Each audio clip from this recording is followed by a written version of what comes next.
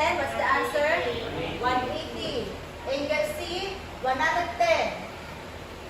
Plus 70, 180. And the last one, we have 110 plus 70, 180 degrees. Next, the diagonals of parallelogram bisect each other. When we say bisect, it is divided into how many parts?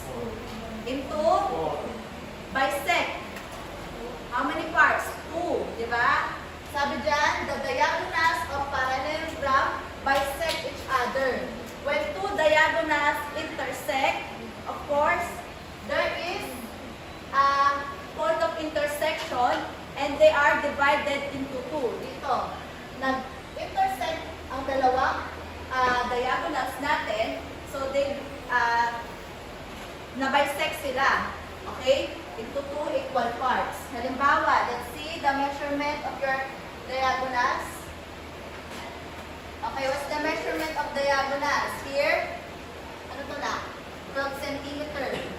If the measurement of this diagonal is 12 centimeter, and the other diagonal, for example, we have 8 centimeter.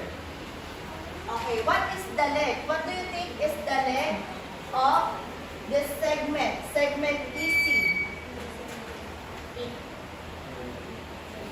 If segment AC is 8 centimeter, yung isang diagonal na yun, 8 centimeter. Etong EC lang. What do you think is the measurement? Yes, Philip.